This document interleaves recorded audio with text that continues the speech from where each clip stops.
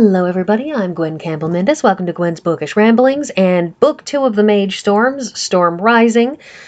So on the cover here we have Solaris, the son of the sun, and to the bottom left there we have what I assume is Karal.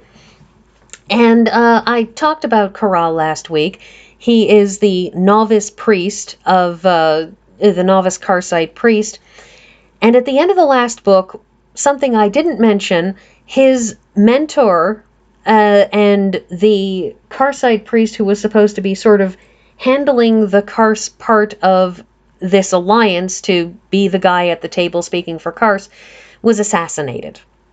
Duke Tremane, convinced that Valdemaran was sending out the Mage Storms because Valdemaran didn't have magic, and so the idea that he was figuring, that Tremane was figuring, was, if I didn't have any magic, or my country wasn't running on any magic, and I wanted to take out my enemies, throwing these massive storms, these massive disruptive magical wave fronts at people would be a really, really fantastic weapon, and I, would be able to just be sitting pretty.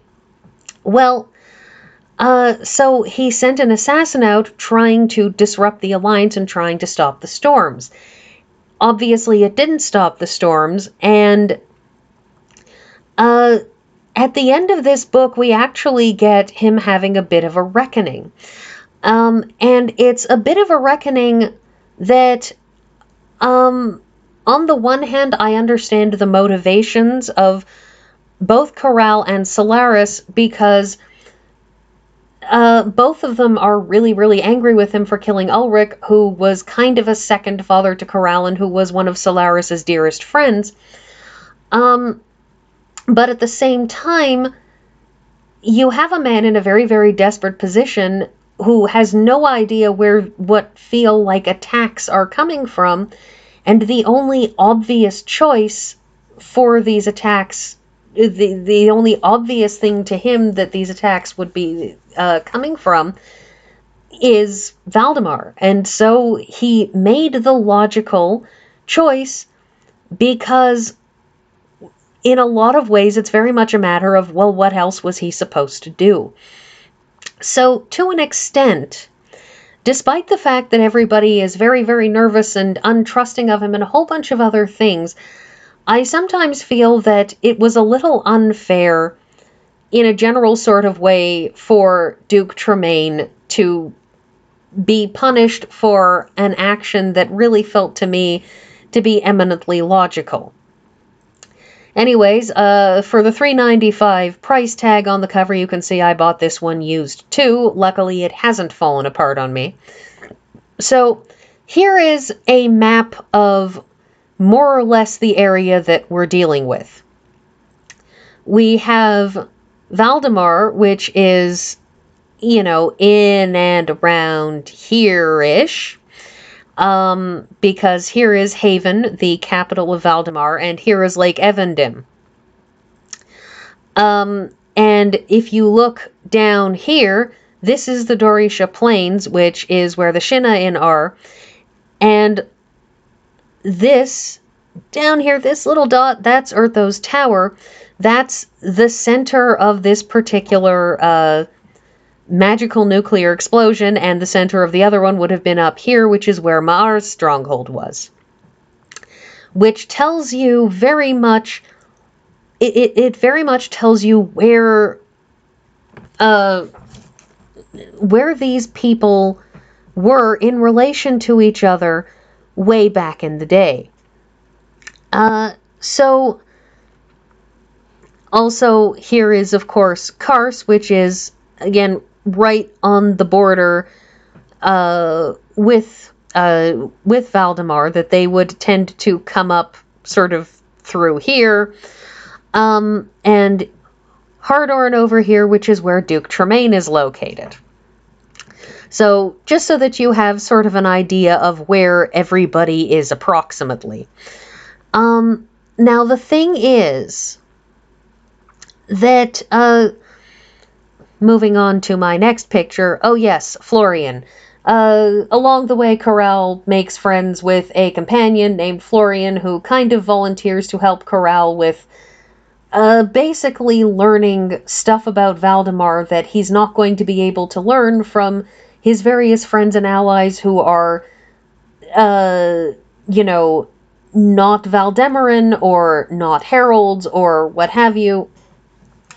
But the bulk of this book is very much about Karal desperately trying to cope with so much stress. He's lost a man who's like a second father to him, and he gets named the interim Karsite envoy. Except he's just a kid, and he looks young. You recall from the picture that I showed you from the last book, he's a very, very young man who looks even younger than he actually is, and when he gets declared to be the Karsite envoy, not merely as a placeholder until someone else could be sent, but genuinely he finds himself with a lot of trouble, because a lot of people begin, firstly, ignoring him, but secondly, assuming that he is a coward or a traitor or any number of other things. Indeed, the Shina envoy who replaces the previous one basically starts spreading rumors that Karal is a traitor simply because Karal keeps on saying, look, we should just leave Duke Tremane and his men alone. They're being attacked by the scary monsters generated by these Mage Storms, which are warping plants and animals. And they're having horrific winter storms, and everybody out in, Hardorn is having a very hard time.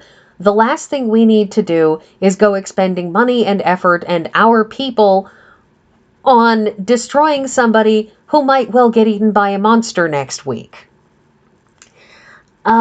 Which is at least how he sees it, but of course, others don't. And Karal winds up becoming so stressed that he actually develops a stomach ulcer.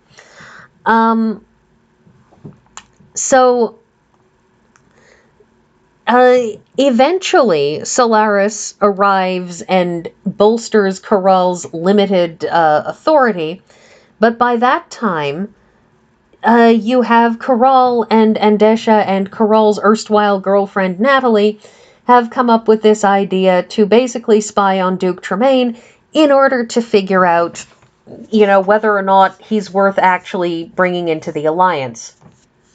So, what we have going on here, though, is at the end of the first book, they managed to put in place what they call a magical breakwater, which defrays the worst of these magical storms that are sweeping through everything. Which is fine, except it's a temporary measure. Throughout this second book, you have the constant repeated efforts of various people to try to think of some way to create a more permanent solution, but also the much more personal story of Karal dealing with, his authority and his opinions and everything else not being accepted, the stress of people accusing him of being a traitor. And you have Andesha's ongoing struggles because Andesha is one of the best sources of information they have about the Mage Storms, about how they came to be, about what things were like, 2,000 and change years ago. And, of course, we have the story of Tremane, who during the course of this second book is consolidating his position. And he consolidates it by effectively becoming sort of a local duke to the local Hardornans, of setting himself up as and providing a local government, providing defenses, a whole bunch of things. He isn't so much pacifying the countryside as winning hearts and minds, as one might say. And so Karal has a lot to deal with just in wrestling with the moral and ethical issues of wanting revenge and knowing that first of all, revenge won't do what he wants it to do, won't bring Ulrich back, won't do anything, and also, when he finally speaks to Duke Tremane, realizing that revenge also wouldn't be appropriate because Duke Tremane does regret what he did and was doing what he did not because he's a terrible person, but precisely because he's a good person who didn't see other options. And that's sort of the ongoing thing about Karal, is this ongoing seeing everyone's side in all issues. The last interesting bit in this is Firesong, because Firesong isn't really a major character in the Winds trilogy and in the first book of the Storms trilogy. He's not a character whose perspective we hear from. He's there. He's flamboyant. He's in your face. He's active and a whole bunch of other things. But we don't hear his perspective. We don't see his perspective until this book. This book is really where we get a lot of Firesong, who, it turns out by the end of this second book that he has actually suffered from some kind of psychological, or rather psychiatric damage due to the Mage Storms, that they upset the chemical balances in his brain, because he is a mage and is particularly sensitive to both the damage to the land around him and the turmoil in magic. It affects him in a way that is rather reminiscent, actually, of certain descriptions of Henry VIII, who apparently, when he was much younger, was a much kinder, better person, and then he suffered some kind of brain injury at some point, and his behavior changed and became much more erratic and much more vicious. Or so I have heard. Well, Firesong is gay. He is solidly, unrepentantly, thoroughly, unabashedly, I probably shouldn't have used the word unrepentantly, but he is 120% gay and devoted to it. The problem is, though, that he has that really, really attractive, super confident person problem of it being a lot harder to find partners who are not intimidated by you and, who sort of have the personality to stand up to you. And on top of which, being gay, he's already in a minority. And so he and Andesha wound up in a relationship, and he tried to push Andesha to be more independent because Andesha, due to the trauma of having his body taken over and having been so young when it happened, was very clingy and uncertain of himself. But once Andesha became more certain of himself, Firesong suddenly finds himself losing the enjoyment that comes with having somebody who is dependent on you and who looks up to you and who asks for your opinion about everything and thinks that you are the bestest thing ever. And he lost that. And he's lonely and he's tired and he's in a very alien place.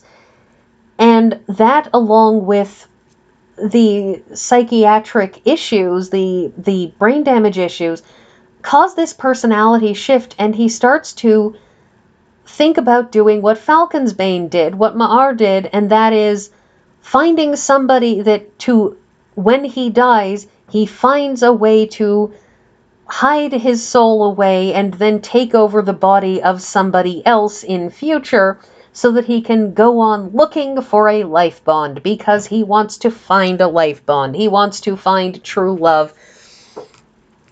And it drives him and twists him throughout this book because he's just under a lot of stress that is an entirely personal and individual and not external. It's a very personal, how I feel about things stress, which is very different from Karal, who's under constant attack. And it's something that actually carries over into the next book. And I will talk about that next book when I see you all next week.